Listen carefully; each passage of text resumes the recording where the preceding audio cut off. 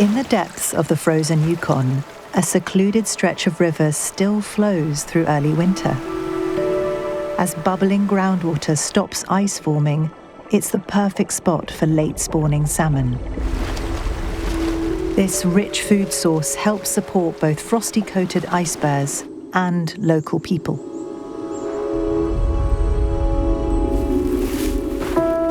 We know these bears as ice bears because the moisture from all the open water creates icicles on their fur, and a lot of people talk about the tinkling.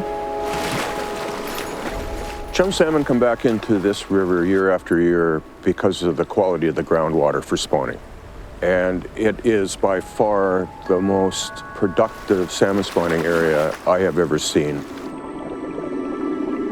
But in recent years, there are fewer salmon arriving in the river. The situation we're faced with this year is very dire.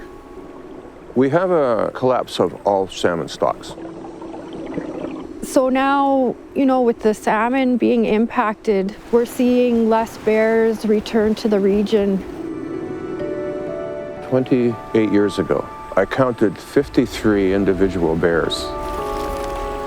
And this year, we have seen 4 different grizzlies.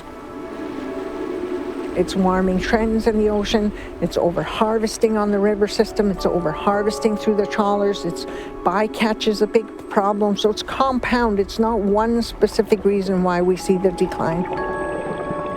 The impact of less salmon in this ecology here will impact the knowledge passed down from mother grizzly bears to their offspring.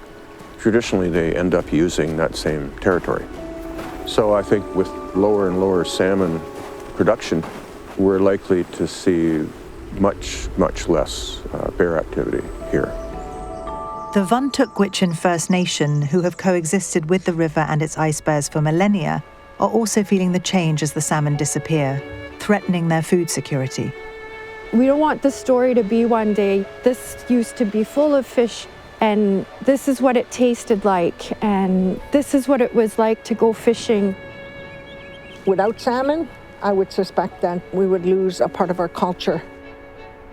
This year was the first year our leadership put a closure on salmon fishing.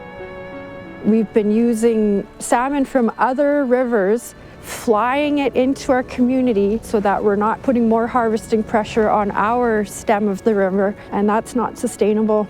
That's not in line with the way we live our lives. We can't just think for today or for tomorrow. We have to think about what does the future hold for us and how do we manage that effectively. Gwich'in have so much respect for the resources that we rely on. It's embedded in our spirituality. It's a relationship. And when you don't have relationships, it's quiet.